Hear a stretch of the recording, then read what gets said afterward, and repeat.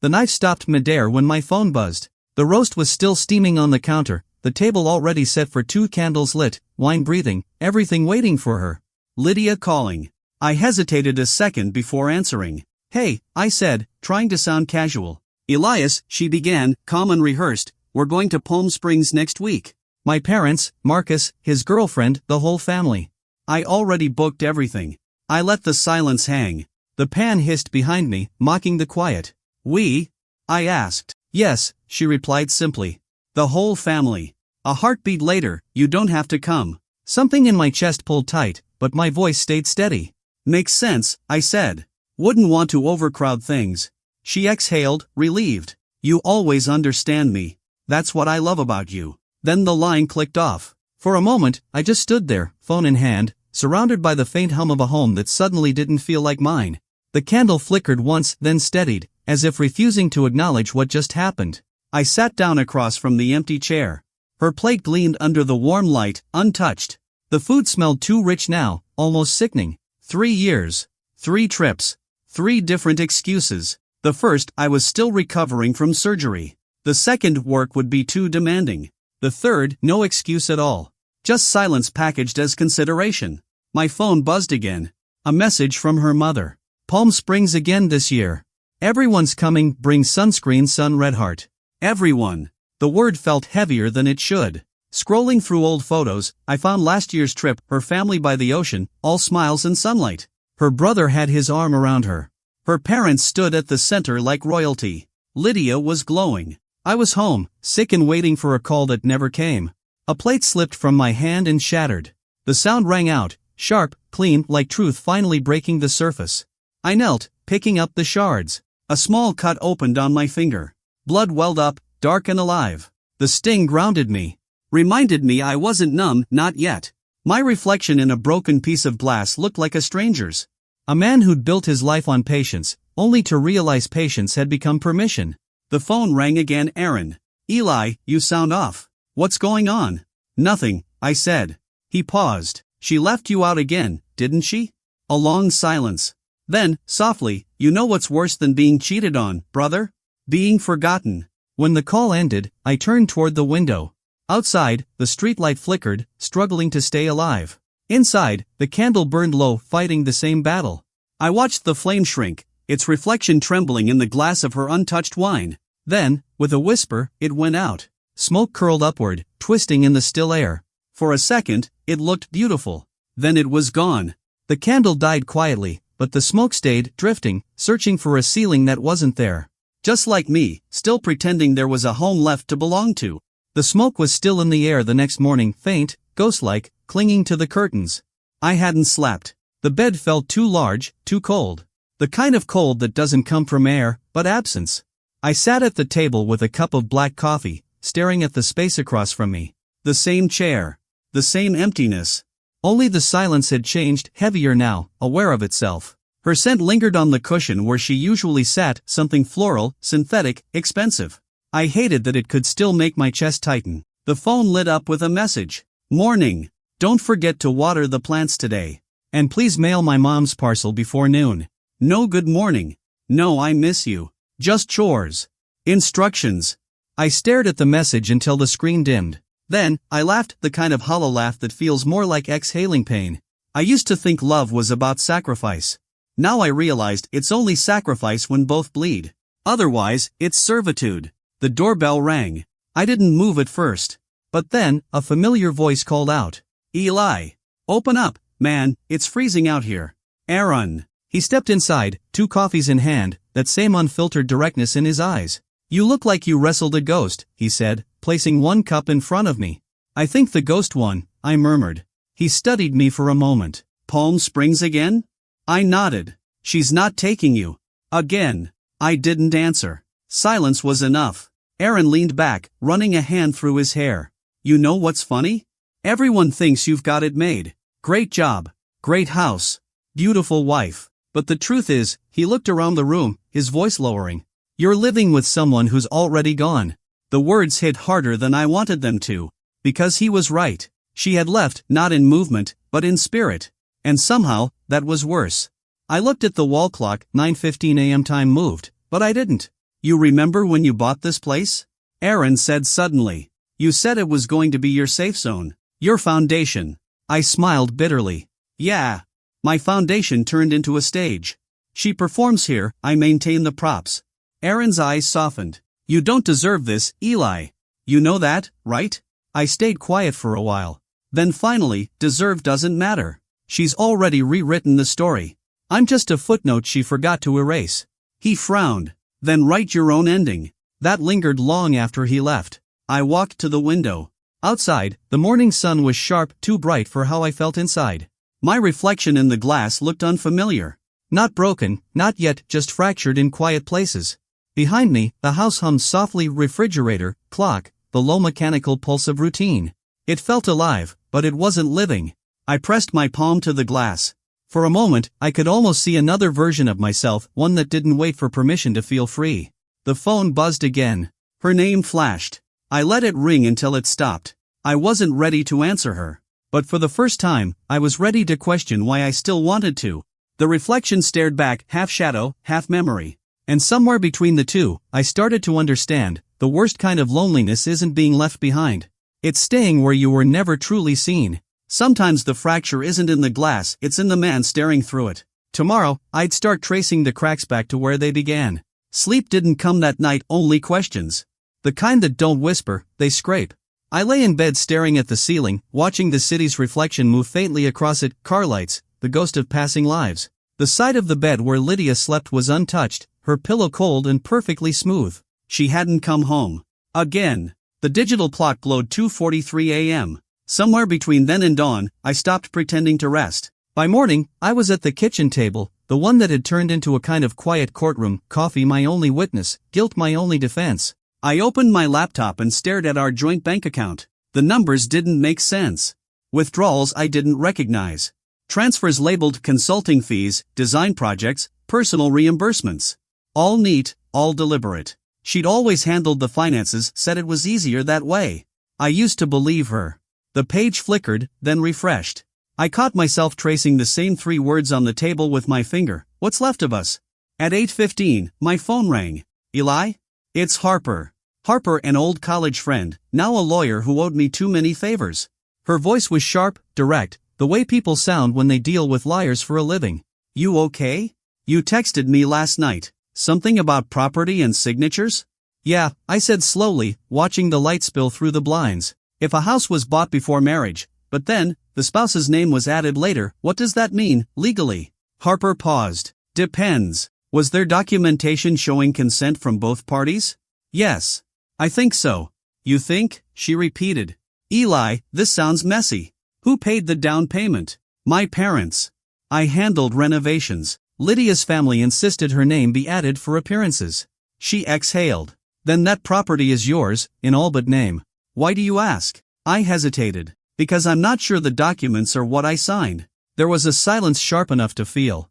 You think she changed something? I don't know what to think anymore. Then find out, Harper said simply. Before it's too late. After the call, I sat still for a long time. The words find out kept circling my mind like a challenge. I rose, walked to the study door, the one Lydia called her workspace. It was always locked, always smelling faintly of her perfume. I'd never been inside.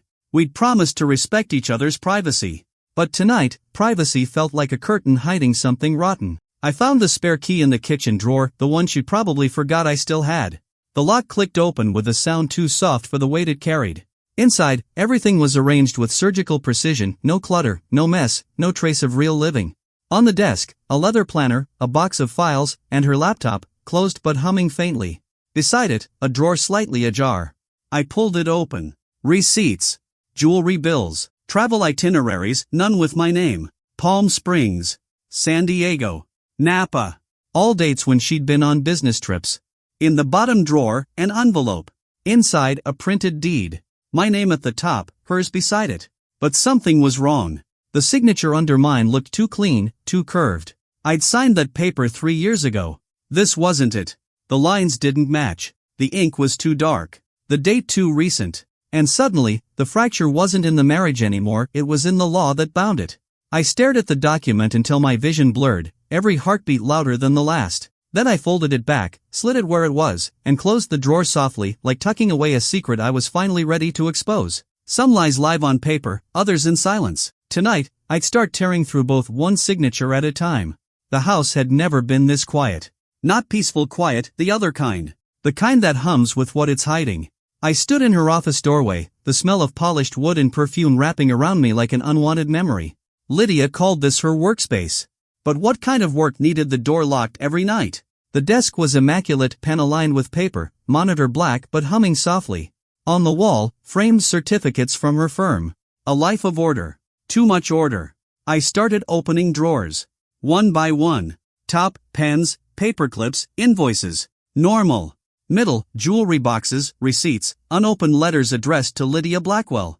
Bottom, locked. I ran my thumb along the metal handle, feeling the faint grooves of fingerprints, fresh ones. If this was the part of her life I wasn't supposed to see, it was exactly where I needed to look. The key was taped under the desk, the same place I used to hide birthday gifts for her. The irony wasn't lost on me. The lock gave way with a soft click. Inside, a stack of neatly labeled files, a few loose photos, and a velvet jewelry case. For a second, I couldn't breathe. I opened the box. A diamond bracelet, elegant, unfamiliar. The kind that doesn't whisper luxury, it screams it. Attached was a receipt. Tiffany & Company, $14,600. The date, my birthday. Except I didn't get this. On that day, she'd given me a tie. Cheap. Generic. Wrapped like an afterthought. My fingers trembled slightly as I flipped through the papers beneath it. Travel itineraries, Palm Springs, San Diego, Napa. Each time, same dates, same initials under guest list, LB and NC. I didn't know who NC was, but the handwriting looked familiar. I pulled the next page out, a printed photo, folded once. When I opened it, the breath left my body. Lydia. Poolside. Her arm around a man I'd never met. Both in swimwear, laughing under a golden sunset. Behind them, the faint, familiar outline of a resort I knew only from her stories. Palm Springs. In the corner, her handwriting. To my love, Nathan. August 2023. My mind went blank, not rage, not shock, just silence. The kind of silence that fills every room after an explosion. All the excuses, the late nights, the family trips, they lined up perfectly now. Every missing piece clicked into place. And standing there, holding the proof, I didn't feel fury. I felt something colder, understanding. I took out my phone. Each photo. Each receipt. Each page. Documented. Archived. Evidence. When the last image saved, I placed everything back exactly as it was. No trace disturbed. Because now it wasn't about confrontation. It was about precision. I turned off the light and stepped out. The hallway seemed narrower, the air heavier.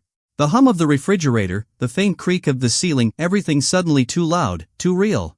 As I passed the mirror, I caught my reflection, eyes dull, jaw tight, hands steady. For the first time in years, I didn't see a man in denial. I saw someone dangerous. That realization scared me more than her betrayal ever could. I poured myself a drink, whiskey, neat, and sat in the dark. Her laughter from that photo replayed in my head. The kind of sound you don't forget because it once belonged to you. And beneath all of it, a single thought took root, quiet, steady, final. This wasn't the end of us. This was the beginning of her exposure. Some truths don't break you, they sculpt you. By morning, I wouldn't be her husband anymore. I'd be her reckoning. When the door opened that night, I was still sitting in the dark. One glass. Half a bottle. No music. No lights. Just me, the quiet, and the evidence I'd already buried back where she left it. The lock clicked, then her voice. Soft, careless, familiar. Elias? Why are all the lights off? I didn't answer. The sound of her heels crossed the hardwood floor, rhythmic and precise. She stopped when she saw me sitting there, face dimly lit by the amber reflection of a single lamp. Are you drinking again? She asked, tone light but sharp at the edges. The same tone lawyers use in court, polite, dangerous. Long day, I said. My voice was calm. Too calm. She tilted her head. You look tired. I am. I set the glass down. Tell me, Lydia, do you ever get tired of lying?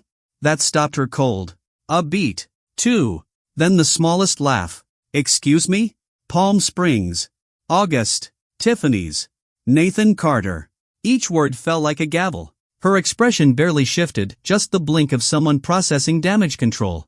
I have no idea what you're talking about. I smiled, not out of humor, but pity. Then you should probably talk to the version of yourself who wrote to my love, Nathan, on the back of that photo. Her breath hitched, just slightly, but I saw it. The lawyer's mask cracked for half a second. You went through my office, she said, voice trembling with anger now. You broke into my private space. Private space? I leaned forward. It stopped being private when you used it to forge my signature. Silence. The kind that vibrates. I didn't yell. Didn't move. Just watched her, every second stretching thinner than glass. Elias, listen to me. No, I cut in, the word sharp as a blade. You listen. My tone didn't rise, but the room seemed to shrink around it. For 3 years, I made excuses for you. I convinced myself that distance was work. That silence was exhaustion. That loyalty was love. Her eyes darted, calculating, searching for a foothold. And now, I said, standing, I realize loyalty without reciprocity isn't love. It's servitude. Don't be dramatic, she snapped. You're not the victim here. You're the husband, I interrupted again. The one you thought wouldn't notice. The one you thought wouldn't fight back. The corner of her mouth twitched, the faintest sneer. You're bluffing. I reached into my pocket and slid my phone across the table. On the screen, the photos, the receipts, the deed. Her face went pale. For a moment, she said nothing. Then, slowly. You think you can threaten me with this? You'll destroy your own name in the process. I smiled faintly. No. I'll rebuild it with yours buried beneath. That silence again, thick, electric. She turned away, pouring herself a drink like it was any other night. You always had a flair for theatrics, she said. So what now? You're leaving me? I'm not leaving, I said quietly. I'm removing you. The sound of glass clinking in her hand faltered. You won't do it, she whispered. You don't have it in you. I finished my whiskey and stood. That's what you've always counted on. I walked past her, toward the hallway. Behind me, her voice cracked, sharp, brittle, trembling between rage and panic. Elias! Don't you walk away from me. But I already had. And with every step, something heavy inside me finally began to lift. By the time I reached the doorway, I turned once. Not to look back at her, but at the reflection in the window. The same house, same walls, same man. Except now, one of them had stopped belonging here. Some endings don't need shouting, just silence loud enough to make the guilty hear themselves. Tomorrow, I'd make that silence legal. The next morning didn't feel like morning. It felt like aftermath. The house was too bright, the light too clean, the air still heavy with everything that had been said and the things that hadn't. Lydia had already left by the time I walked downstairs. Her half of the closet was emptier than before. She didn't take all of it, just enough to let me know she could. A subtle message from someone who knew control wasn't only about possession, but about presence. I made coffee, black and unsweetened. No music. No noise. Just the slow drip and the faint echo of her words, you won't do it. She didn't know who she was dealing with anymore. At 9 sharp, I called Harper. She picked up on the second ring, already in motion, papers rustling, heels clicking against what sounded like marble floors. Eli. Tell me you've slept. I've stopped pretending I can, I said. You were right. There's forgery. There was a pause, then her tone shifted, professional, grounded, alert. Walk me through it. I laid it all out, the receipts, the signature, the deed, the hidden trips. Every detail. She listened without interrupting, just the sound of her pen gliding across a notepad. When I finished, she exhaled slowly. This isn't just betrayal, Elias. It's calculated. She's been building a paper trail to erase you. Financially, emotionally, legally. You've been reduced to a placeholder. I noticed. Her tone softened, briefly. You need to act before she does. People like Lydia, they don't panic. They prepare. I closed my eyes, fingers tightening around the coffee mug. Then I'll prepare faster. There was a quiet smile in her voice. That's the Elias I remember. Okay, first step, gather proof of everything you found. Dates, transactions, account numbers. I'll cross-check for asset transfers and falsified records. You said she works at Blackwell and Company, right? Yes. Good. That firm's under audit next quarter. If she's been moving money through personal or offshore channels, we'll find it. You might be sitting on the edge of a full-scale fraud case. I didn't feel vindicated. I felt hollow. She had taken vows and turned them into leverage. Every promise, every touch, every quiet I love you had been strategy. Eli, Harper's voice broke through the noise in my head, steady and clean. You still there? I'm here. Good. Second step, secure your assets. Close the joint account before she drains it. Change the passwords on anything you share. Then, we file a protective claim on the house. That prevents her from mortgaging or selling it without your consent. I nodded, though she couldn't see it. And if she tries anyway? Then we take her to court. The simplicity in her tone was almost comforting. Law, unlike love, didn't negotiate with emotion. Before hanging up, Harper added quietly, Eli, one more thing. Don't confront her again. The moment she senses she's losing control, she'll get desperate. Let me handle the battlefield. You just gather ammunition. I ended the call and sat back, the quiet pressing in around me. For 3 years I'd been fighting to be seen. Now I would be seen in court. I spent the next hours digging emails, statements, files. Every document I touched felt like uncovering a different version of my marriage. Lies had structure, and Lydia built hers beautifully. By the time the sun dipped behind the skyline, I had a folder thick with proof. Not anger, not love, just evidence. As I closed the last drawer, something unexpected settled in me. Calm. Not peace. The cold, functional calm of someone who has stopped needing permission to fight back. I poured another glass of whiskey and stood by the window, watching the city bleed into dusk. In the reflection, I looked almost like myself again. Maybe war doesn't always start with rage. Sometimes, it begins with clarity. There's a moment when grief turns into calculation, when the heart steps aside, and the mind starts drawing battle lines. By dawn, mine would be drafted in ink. By dawn the house looked different, same walls, same air, but stripped of illusion. I'd spent half the night combing through folders, screenshots, copies. What I held now wasn't suspicion anymore, it was geometry, numbers and lines that proved intent. The deed was the center of it all. My name, her name, same font, different ink. Even the weight of the paper felt wrong, too new, too smooth for a document supposedly signed 3 years ago. Harper met me downtown in her glass-walled office, sleeves rolled, coffee in hand, eyes already narrowed in focus. Show me. I laid the folder on her desk. She spread the pages like a dealer laying out cards, scanning every corner. The notary seal's misaligned, she murmured. Look, original imprint's shallow, but this one's deep.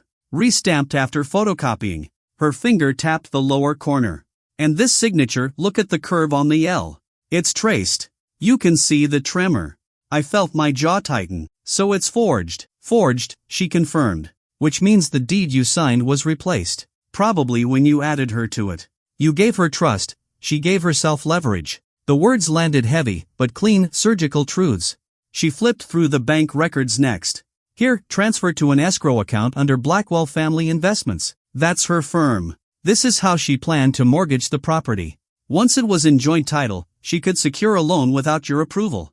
My throat felt dry. How much? $800,000. Application submitted 2 weeks ago. I stared at the line of figures, the way they sat there, quiet, factual, merciless. Can we stop it? Yes, Harper said, already dialing. But we have to move now. We'll file a notice of potential fraud with the county clerk and a preliminary injunction. That freezes any transaction until the investigation ends. I nodded slowly. Do it. She looked up, voice lowering. Eli, this isn't just a civil case anymore. If we can prove she falsified your signature, it's criminal. You're not just reclaiming a house, you're defending your name. Outside her office window, the city moved in steady rhythm, buses, horns, people chasing normal days. Inside, time held still. I'd spent years trying to keep a marriage alive, now I was keeping my identity intact. Harper printed 2 copies of the motion, sliding one toward me. You're about to change everything, she said. Once this is filed, she'll know. Be ready. I signed. My pen didn't shake. Leaving the building, I felt the first breeze of something I hadn't felt in months, momentum. Not victory, not yet. But direction. When I reached home, the mailbox held a plain envelope, no return address, just my name written in her handwriting. Inside, a single note. You think you can win? You'll regret making me your enemy. No signature. No need. I folded it once, slid it into the folder with the others. Evidence. Nothing more. At the window, the city's evening lights blinked on, one by one. My reflection in the glass stared back, steady, unflinching. She wanted a war. She just didn't realize I'd stopped fighting for love and started fighting for truth. Every forged line she drew on paper carved a new truth into me. Tomorrow, the law would carry my voice and her signature would testify against her. The city was still asleep when I started moving. Coffee, documents, precision, no wasted motion. I wasn't fueled by rage anymore. Rage burns out. I was powered by something colder, cleaner. Purpose. By mid-morning, Harper had filed the injunction. The property, the accounts, everything tied to the forged deed, frozen. Lydia wouldn't see it yet, but the foundation she stood on was already cracking. At 10:07 a.m., my phone buzzed. Unknown number. Elias, a male voice said. Smooth. Professional. Too polite. This is Andrew from Crestline Financial. We're following up on your loan application. I didn't apply for a loan, I said evenly. A pause. Then the sound of quiet recalculation. Oh. Then perhaps Mrs. Blackwell. She's not authorized. Silence. I let it stretch. Then, carefully, I said, if she tries again, you call this number first. And you note this call, date, time, name. Understood? He cleared his throat. Yes, sir. When I hung up, I exhaled slowly. One trap, dismantled. For now. Harper's text came next. Filed. Clerk confirmed. Injunction effective immediately. She's legally paralyzed. I replied. Then we let her make the next move. That afternoon, I sat in her office again, the one I'd broken into days before. This time, I wasn't looking for answers. I was planting them. I opened her laptop, navigated to the folder labeled Projects. There, between files of invoices and client drafts, I left a single PDF, revised property audit _confidential. Inside, nothing but metadata, timestamped, watermarked, traceable to her account. If she tried to tamper with anything again, that file would log her device ID and location. Digital fingerprints. Legal ammunition. Sometimes, you don't need to confront your enemy. You just let them walk into their own reflection. I wiped the surface clean, reset the angle of the chair exactly how she'd left it, and stepped out. By evening, Harper called again. She's panicking, she said. We got a notification. Someone tried to access the property record. Rejected, obviously. Her firm's server, Harper confirmed. She's looking for a way around the injunction. I smiled faintly. She's predictable. Predictability is power, Harper replied. We use it. Outside, the sky was sliding into blue-gray, that quiet in-between color that feels like decision. I stood by the window, the city glowing below. 3 years of silence. 3 years of restraint. All of it now weaponized, discipline turned to strategy. My phone buzzed again. Lydia this time. Her message short, sharp.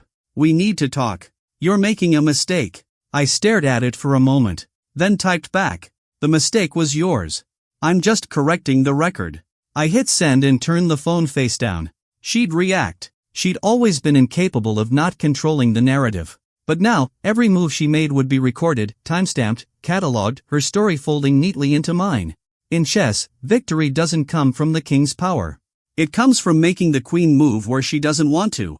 And Lydia, for all her poise and polish, was about to learn that lesson the hard way. In love, I'd been her silence. In war, I became her echo.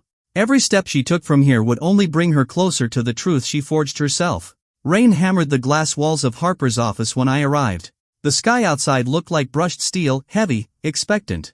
Inside, the light was low, the kind lawyers use when they're preparing to cut something open.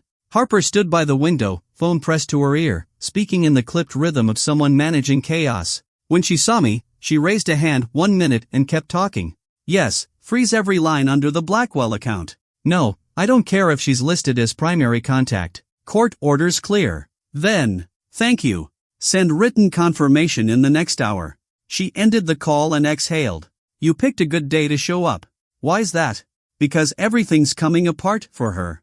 I took a seat across the desk. The sound of the rain filled the silence. Harper opened her laptop, turned the screen toward me. There, she said, tapping the spreadsheet. That's your wife's ledger.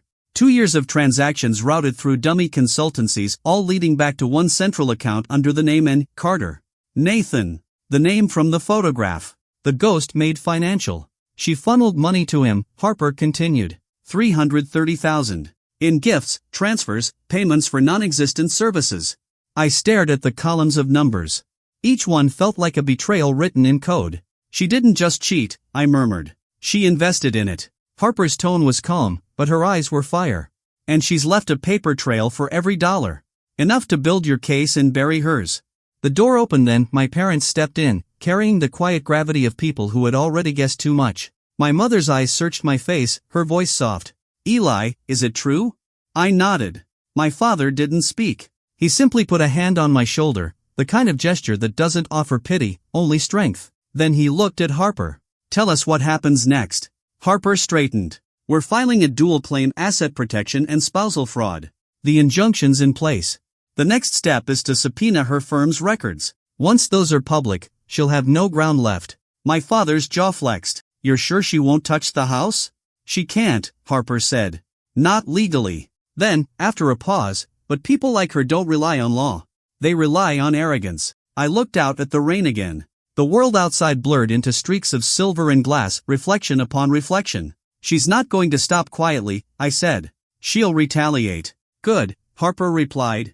Every desperate move she makes from here will write our closing argument. My mother reached for my hand. Elias, are you sure you want to see this through?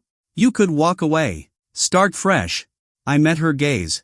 If I walk now, she'll do it to someone else. I can't let that happen. It wasn't revenge anymore. It was correction. Harper slid a new document across the desk. This is the formal declaration. It puts you on record as the petitioner. Once you sign it, the war becomes public. I read it once, twice, then signed. My signature didn't tremble this time. Harper gathered the papers, her tone quiet but precise. Once we file, the court will serve her notice at her firm. She'll know by morning. Good, I said. Let her see what truth looks like when it has structure. When I left, the rain had eased into a steady drizzle. The city smelled clean, washed, renewed. And for the first time in months, the house waiting at the end of the street didn't feel like a cage. It felt like a stage being cleared. Tonight, there'd be no confrontation. Tomorrow, there would be exposure. Some storms don't come to drown you, they come to wash everything false away. By tomorrow's light, her empire of lies would face the flood. Morning broke sharp and cold, the kind of light that doesn't warm, it exposes. The court courier was already en route. Harper's message blinked on my screen. Notice served by 9:30. Be ready. I stood by the window, watching the fog roll off the street. My reflection looked steady, too steady for what was about to happen. 3 years of quiet endurance condensed into a single moment of precision. At 9:14, the courier's car pulled up. I didn't have to watch to know where he was headed. Her firm sat 12 floors above downtown, the stage where Lydia had built her perfect image, sharp suit, cold poise, polished smiles that fooled clients and colleagues alike. The same office where she'd falsified my life on paper. My phone rang at 9:32. Harper again. It's done, she said. She took it? She didn't have a choice. She opened it in the lobby, half the floor saw. Her father was there too, meeting with one of the partners. I could almost see it, Lydia standing beneath those fluorescent lights, the envelope in her hands, expression held in place like glass about to crack. Harper continued, voice low and measured. She went pale. Then she smiled. The fake one. The one that means she's about to weaponize charm. She'll deny everything, I said. Of course. But denials only matter when you still own the truth. By evening, I found her waiting on the porch. Her car idled at the curb, still running. The same perfume in the air, sharp, expensive, calculated. You blindsided me, she said, voice clipped, every syllable measured to sound in control. I filed evidence, I replied. Not emotion. Her eyes flared, the mask starting to slip. You've embarrassed me. My family, my firm, everyone knows. I stepped closer, slow and even. They know because you showed them. For a moment, her lips parted, but no words came. Then, quietly, you think this will ruin me? You underestimate how the world works, Elias. I don't, I said. I just stopped letting it work through me. Her tone sharpened. You're acting like a victim. I smiled, small, humorless. No, victims look for sympathy. I'm building a case. She stared at me for a long time, her face flickering between anger and disbelief, then finally landing on something that almost looked like fear. You really filed criminal charges? Yes. Forgery, fraud, misappropriation. Each word landed like a clean, deliberate strike. Her jaw tightened. You won't win. Winning isn't the point, I said quietly. Truth is. She turned away, looking toward the car, the engine humming like a threat. Her father stepped out from the passenger side, his presence filling the space with old money and arrogance. Elias, he said smoothly, let's not escalate. Mistakes happen. Families resolve things privately. I looked him dead in the eye. Families don't forge each other's names. He smiled, the kind that hides venom behind etiquette. Everything can be amended if you're willing to be reasonable. Reasonable? I said. I was reasonable for 3 years. Now, I'm documented. He frowned. You're destroying your marriage. No, I said, stepping closer. You and your daughter did that. I'm just filing the paperwork. Lydia's composure cracked, just for a second. Her eyes glistened, but not from sorrow. From fury. You'll regret this, she whispered. Maybe, I said. But at least I'll regret it with my name still mine. The silence that followed was heavy enough to break glass. Her father touched her arm. Come, Lydia. She hesitated, just a flicker, then followed him back to the car. As the taillights faded, I stood there, still, unshaken. The air smelled of rain and gasoline. Inside the house, her half-empty closet waited like a question already answered. The silence wasn't lonely anymore, it was earned. Every mask falls the same way, quietly, under the weight of its own pretending. By tomorrow, her performance would end not in applause, but in evidence. It started the way all desperate acts do, with noise.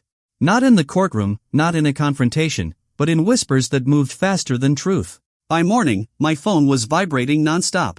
Messages from colleagues, old friends, even distant family, each one carrying the same weight of confusion. Heard what happened. Are you okay? Did you really steal from her? I scrolled through them one by one, jaw locked. Lydia had fired her first shot, and she'd aimed at my name. A new post had gone up on her social feed overnight. Carefully worded, emotionally crafted, and lethal. Sometimes people you trust turn out to be strangers in disguise. Betrayal cuts deepest when it hides behind a wedding ring. No names, no proof, just enough to seed doubt. Her followers didn't need context, they supplied it themselves. Comments filled with sympathy. Private messages sent to me dripping with judgment. It was a modern trial, one fought in public opinion, not court. I poured coffee, ignored the buzz of the phone, and let it all unfold. Harper had warned me this would happen. The guilty always try to own the narrative, she'd said. Let her. The law isn't built on hashtags. Still, silence wasn't easy. Every accusation, every sideways look at the office felt like a splinter. I'd spent my life building a reputation on integrity, and now, one post had smeared it in seconds. By noon, she escalated. A reporter called. Then another. Then a third. All just looking for a quote. All wanting to hear my side. There's no winning those games. The moment you defend yourself, you validate the spectacle. So I said nothing. I went to work. I kept my head down while the world above spun stories. That evening, Harper called. She's moving fast, she said. Filed a counterclaim this morning, emotional distress, defamation, coercion. I laughed, low and humorless. She's accusing me of her crimes. It's a diversion, Harper said. A smokescreen for the audit results. The firm's records just came through, and you'll want to see this. She sent over the files. Dozens of transaction logs, internal memos, and falsified consultancy invoices, all signed by Lydia. Each one connecting her to the missing client funds. She hadn't just forged my name. She'd stolen from her own firm. The next morning, her father's voice filled my voicemail, clipped, urgent, stripped of its earlier arrogance. Elias, we need to meet. Privately. There's been a misunderstanding. Let's settle this before it escalates. I deleted it. At noon, Harper texted again. Police have opened an inquiry. Lydia's name is officially listed. By dusk, her posts vanished. Her social accounts deactivated. Her friends silent. When the police arrived at the firm that night, witnesses said she didn't fight. She just stood there, composed, staring straight ahead as they cuffed her wrists. The next morning, her mugshot hit the news. Head high. Eyes hard. Still performing, even as the curtain fell. I didn't smile. There was no satisfaction in it, only closure. You don't win against someone like Lydia. You survive them. As I sat by the window, the city lights blinking below, Harper's voice echoed in my head. Justice isn't loud, Elias. It's quiet. It's methodical. And when it lands, it stays. I finally understood what she meant. Because that night, as the noise faded, silence returned, not heavy this time, but clean. Her story ended the way all false empires do, not with chaos, but with quiet accountability. Tomorrow, the courtroom would write the final chapter in ink she could never erase. The courthouse smelled of rain and paper. That mix of old files, cold air, and quiet tension that only exists where people come to untangle truth from performance. I'd worn a black suit, not for mourning, but precision. The kind of black that absorbs everything, including emotion. Harper met me in the corridor outside courtroom 4B. She looked the way the law itself would, if it could take human form, composed, unblinking, relentless. She'll be here any minute, she said.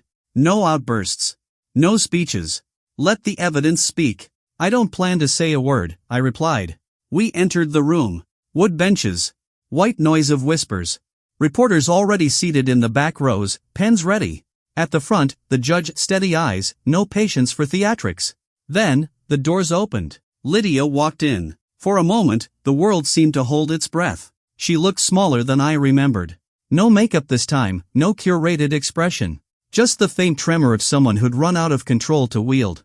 Her father wasn't beside her. Harper had told me he'd withdrawn his power of attorney that morning, self-preservation disguised as dignity. When she took her seat across from me, our eyes met. No rage. No plea. Just a flicker of the same disbelief I'd seen the night she realized I'd stopped loving her. The clerk called the case. Blackwell versus Blackwell. Petition for property recovery and fraud claim. Harper stood first. Her voice cut through the room, smooth, measured, lethal. Your Honor, what you'll hear today isn't speculation. It's structure. A map of deception spanning 3 years, built from forged signatures, hidden accounts, and deliberate misappropriation of funds. She laid each exhibit like evidence in a crime scene: the deed, the bank transfers, the Tiffany receipt, the falsified consultancy invoices. Every document, time-stamped. Every lie, printed. Lydia's attorney objected 3 times. All overruled. When Harper finished, she stepped aside. Then came Lydia's turn. She rose, voice shaking but still wrapped in the rhythm of practiced charm. Your Honor, she began, marriages are complex. Financial misunderstandings. The judge cut her off. Forgery isn't a misunderstanding, Mrs. Blackwell. Her mask faltered. The tremor reached her voice now, barely concealed. He's trying to ruin me. Harper didn't flinch. Mrs. Blackwell, you forged your husband's signature on a property deed and attempted to remortgage it for personal gain. Your employer's audit confirms your participation in client fund manipulation. Those are your initials on every document. Silence. Even the reporters stopped writing. Lydia's eyes darted to me. For a second, I thought she might speak to me directly, the old reflex, the way she used to say my name when she wanted to reset the balance. But this time, I didn't look away. I met her stare and let the truth sit between us, quiet, complete, irreversible. The judge's ruling came faster than I expected. The property restored entirely to my name. Restitution ordered for legal and financial damages. Her case dismissed with prejudice. As the gavel struck, Lydia closed her eyes. Not in defeat, but in disbelief. Like someone who finally realized the performance had ended, and the audience wasn't coming back. Harper gathered the files with the same calm she'd carried since day one. Congratulations, she said softly. You got everything back. I nodded. Not everything. Because there are no victories in endings like this, only balance restored. You don't win against the person who broke you. You outlast them. Outside, the rain had stopped. The air smelled like iron and renewal. Reporters called my name, their questions slicing through the crowd. I didn't answer. Instead, I walked down the courthouse steps, each one lighter than the last. The noise faded behind me, replaced by the faint hum of the city waking again. Justice, I realized, isn't the roar of revenge. It's the quiet return of your own name spoken without shame. Some verdicts don't echo, they settle. By tomorrow, she'd face the silence she once gave me, and I'd finally hear what peace sounds like when it has nothing left to prove. The house looked smaller than I remembered. Maybe it hadn't changed. Maybe I had. Sunlight spilled through the open windows, brushing the walls that had witnessed everything, the lies, the silence, the unraveling. Now the room stood empty, stripped of furniture, of memory, of noise. Only echoes remained. And echoes, I'd learned, don't haunt you. They remind you you've moved on. The sale had closed that morning. The last box sat by the door, a few photos, an old watch, a half-finished manuscript I'd once promised myself I'd return to. No shared possessions. No sentimental leftovers. Clean endings are the kind you build, not the kind you stumble into. I stood in the living room, looking at the bare spot where our wedding photo used to hang. The nail was still there. Bent. Rusted. But the frame was gone. That felt right. My phone buzzed. Harper again. Her voice came through lighter than I'd ever heard it. Everything's filed. Transfer complete. The money's yours. The court sent final closure documents this morning. Closure, I repeated quietly. The word felt strange in my mouth, unfamiliar but deserved. Eli, she said, her tone softening. It's over. I smiled faintly. No, Harper. It's just, corrected. She laughed once. Where will you go? I looked toward the open door, the driveway, the quiet street beyond. Somewhere new. Somewhere without history. Abroad? Probably. There's a project offer in Oslo. Clean start, clear horizon. You sound almost hopeful, she teased. I paused. Hopeful feels too loud. Let's call it ready. When the call ended, I walked through the house one last time. Each step felt lighter, like shedding invisible weight. In the study, the old workspace that had started it all, I opened the window. The air smelled of rain and cedar. For a moment, I let myself feel everything: grief, anger, gratitude, exhaustion. Then I let it go. On the desk, I left a single envelope addressed to no one. Inside, the house key. Nothing else. No message. No symbol. Just release. As I stepped outside, a taxi waited at the curb. The driver opened the trunk. "One bag?" he asked. "One's enough." The house stood behind me, quiet, emptied, almost peaceful. A monument to what happens when truth finally finishes its work. I didn't look back. The city blurred past the car window, towers, trees, people rushing somewhere they believed mattered. For once, I wasn't chasing anything. At the airport, I handed over my ticket, moved through security, found my gate. When the announcement came, Flight 247 to Oslo, now boarding, I rose without hesitation. Outside the glass, the sky burned gold at the edges, the kind of light that only appears after long storms. The kind that doesn't promise perfection, only clarity. As the plane lifted, clouds swallowed the ground below. The world shrank to white, endless, and clean. I closed my eyes. For the first time in years, my mind didn't replay conversations, memories, or regrets. Just breath. Just space. And somewhere in that quiet, I found what I hadn't been able to name all along: not victory, not revenge, not freedom. Peace. Some stories don't end where they break, they end where the breaking finally makes room for light. And as the clouds opened beneath me, I realized I wasn't escaping her anymore. I was finally arriving at myself.